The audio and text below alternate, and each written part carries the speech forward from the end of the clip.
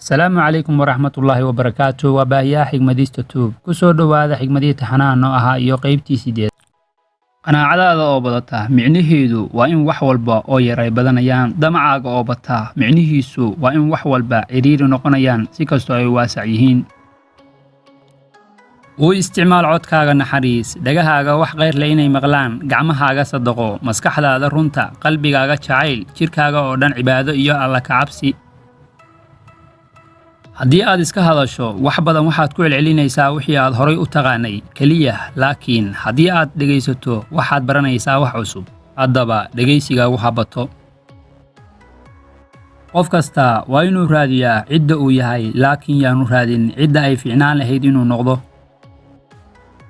cilmigu wuxuu ku siiyaa awood laakiin shakhsiyaddu waxay ku siisaa xishood qofka waxyaabaha dadku macno darrada u arkayaan tijaabiya ayaa aakhirka noqda qofka kaliya ee rumeeya wax loo arkayay inaanu suurtagal ahayn xabsiga ugu weyn ee ay dadku ku noolaadaan waa cabsida iyo ka walwalka waxa ay dadka kale ka aaminsan yihiin sidaa darteed ka xorow cabsida hana ka walwalin waxa ay dadku kale ka aaminsan yihiin hanku waa hubka ugu culus ee qofka aadanaha ahi leeyahay sidoo kale hanku waa baalasha aadanuhu uu ku duulo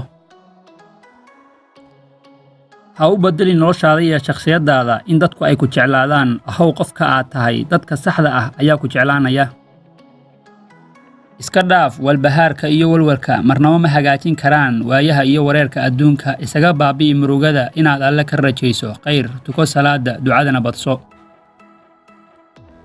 dunidu waxay u muuqataa meel ku noolaashiyaheedu khatar badan yahay sababtuna ma ahan dadka sharwadayaasha ah ee ka buuxa balse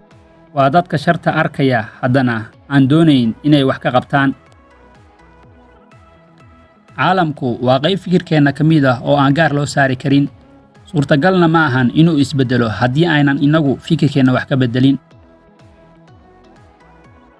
ficil badan oo aan fakar la raacsiin iyo fakar badan oo aan ficil lahayn waa labada sabab oo guuldarrada noloshaada muujinaya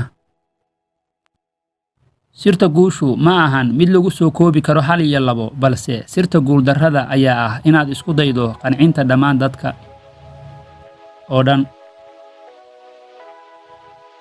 waxaa jira fariin lagu qoro faraha iyo fariin lagu qoro qalbiga fariinta lagu qoro faraha waa ay tirtirmataa balse midda lagu qoro qalbiga ma tirtiranto cudurka ku dhaca cilmiga waa isla weynida cudurka ku dhaca cibaadada waa istususka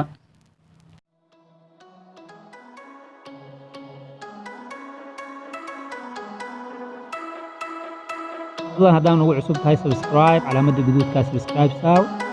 baleerkana foos sida u noqoto daawadaha ugu horeeya mahadsanidin